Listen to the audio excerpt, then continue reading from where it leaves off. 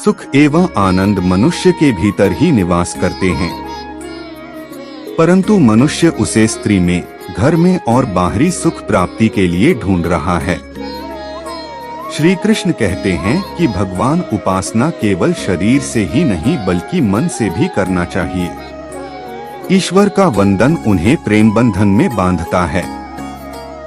मनुष्य की वासना ही उसके पुनर्जन्म का कारण होती है। मनुष्य इंद्रियों के अधीन है, इसलिए उसके जीवन में विकार और परेशानियां आती हैं।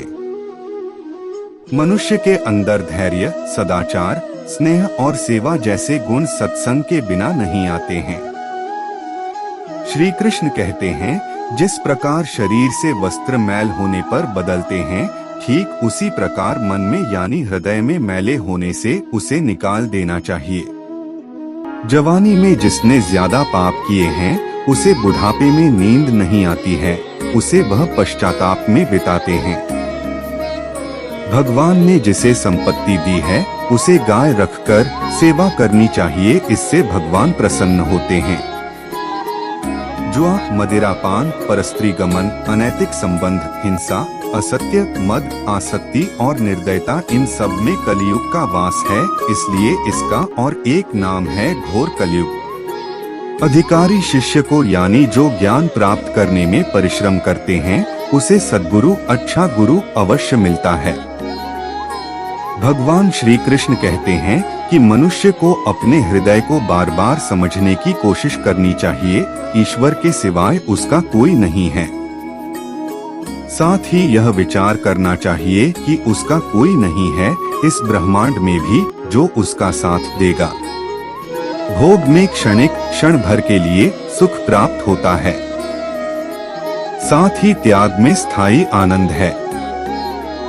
श्री कृष्ण कहते हैं कि सत्संग ईश्वर की कृपा से मिलता है, परंतु कुसंगति में पड़ना मनुष्य के अपने ही विचारों के कारण होता है।